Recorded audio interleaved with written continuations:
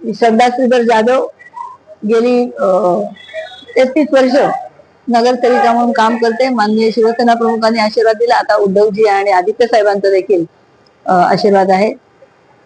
खर तर आता ही 7व्यांदा मला माननीय पक्षप्रमुखांनी माझ्यावर विश्वास दाखवलाय आणि याचा मला फार आनंद आहे. फार वातावरण गढूळ करण्याचा प्रयत्न केला विरोधकांनी. दुर्दैवानं विरोधक इतर पक्षाचा त्यांनी नाही केला, पण आमच्याच लोकांनी गद्दारी केली आणि विरोध दाखवला. पण जनमत माझ्या बाजूने, घराघरामध्ये लोकांच्या मनामध्ये मी आहे. त्यामुळे ते पुन्हा एकदा मान्य उद्धवजींवरती आणि राजसाहेबांवरती विश्वास दाखवतील आणि शिवसेनेचा भगवा झेंडा पुन्हा महापालिकेत लागेल असा मला विश्वास आहे. नाही, मतदारांना माझं आव्हान हेच आहे की गेले 33 वर्ष म्हणजे 3 वर्षाच्या निवडणुका झाल्या नाहीयेत, पण तरी सुद्धा कॉर्पोरेशनची मागची टेन्युअर संपल्यानंतर सुद्धा आम्ही स्वस्त नाही बसलो.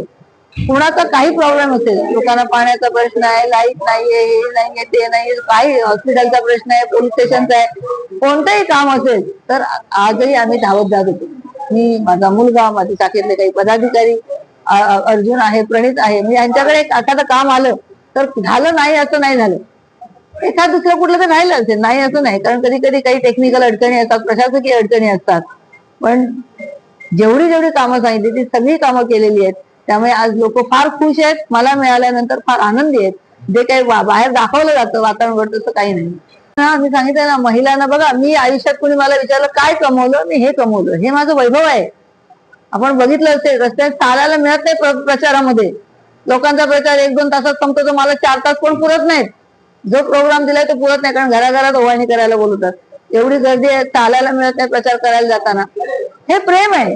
हे हे हे असंच मिळत नाही. हा आशीर्वाद असंच मिळत नाही. हे गेले कित्येक वर्ष माझ्या सासऱ्यांनी मला पहिलं राजकारण आणलं 1992 साली, तेव्हा आम्ही अपक्ष होते.